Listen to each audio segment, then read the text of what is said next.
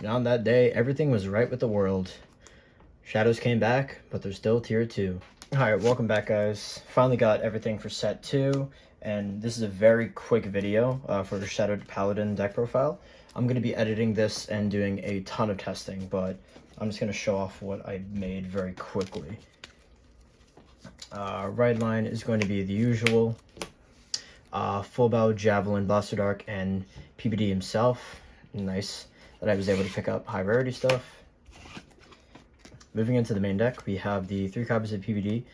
This is one text slot. I don't know what to put in for this. This is a filler card right now. This can be anything.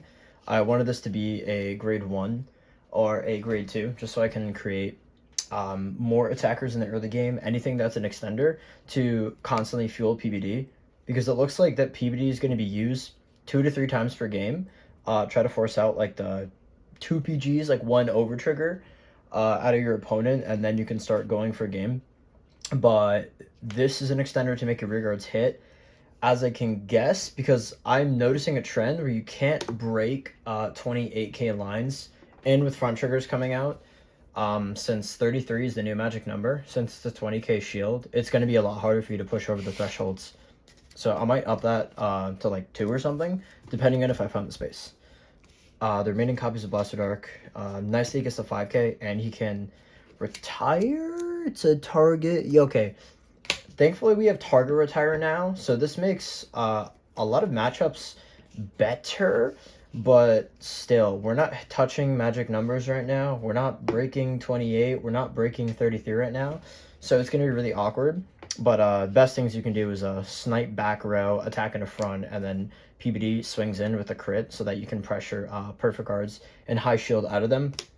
And then when you notice that their hand's getting smaller and they can't commit to the board state, then you're able to go for game. Remaining copies of Maka, good extender for PBD because of Maka. This thing, Charon, and this as well, you have 12 extenders in your deck to help you get cards for PBD. This is going to be, once again, important since you want to resolve PBD 3 times.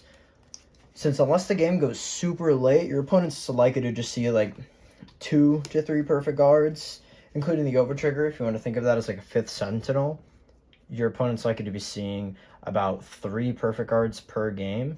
So at that point, you can make the judgment call to just go more aggressive and start going in on them.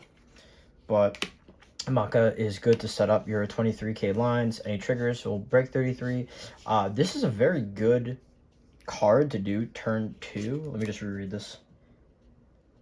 Yeah, so this is nice that I can search Persona Ride. Also, if you end up hitting a grade 3 in order, if you change a lot of the deck build tech decisions. But something really cool that you can do also is that you can Maka to, instead of using Blaster Dark retire, you can use Maka to kill the unit that you called for free off of Javelin so that you can get another unit.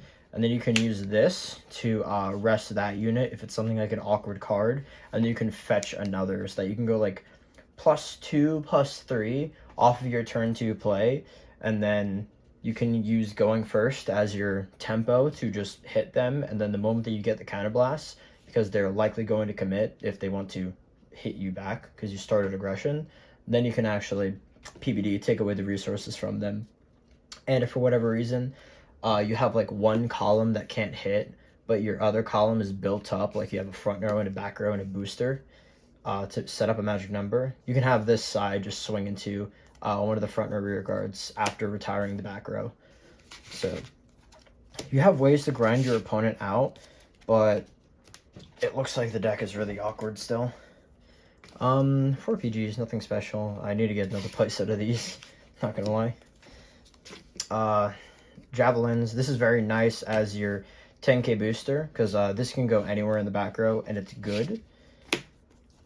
This cannot go anywhere in the back row, and this is bad.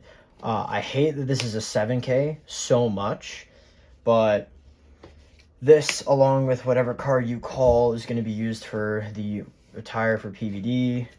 alongside this. I can't wait to just like sack this card off of like Maka and Karen. I can't wait. But this is what's going to help you to... This is the most valuable card to make PvD worthwhile for its retire skill. Because a lot of problems that I've seen with PvD in OG, Zero, just in general, every iteration, people overextend really hard, and they just throw cards down onto the field without considering how those cards got there. And they'll just use it for blind aggression rather than trying to use it for its control aspect. Because you can absolutely overextend with this deck, and then you just get blasted because you overcommitted, you have nothing else to return on. Absolutely possible. For trigger lineup right now, just 8 crit, we have the 3 draw, the 1 over trigger, and the 4 heal. And I really want to try Rainbow in this deck, even though that is an incredibly cursed thing to do. I can't wait for my attack patterns to be terrible, because you're going to need the draw triggers, offensively, defensively, for you to help refund some of your costs in terms of card economy. And it's going to be... You're heavily tied to your rear guards, which is a big problem with this deck. Alright, and that's it. Thank you so much for watching, and of course, I will see you guys in the next one. I'm going to be setting up a lot of content for this deck. I'm going to try and keep track of my win rates and matchups, things like that. And I'm going to come out with a guide on this, guide on Orphis, and possibly one for Bruce. So, look forward to that. Thank you very much for watching, everyone, and have a good day.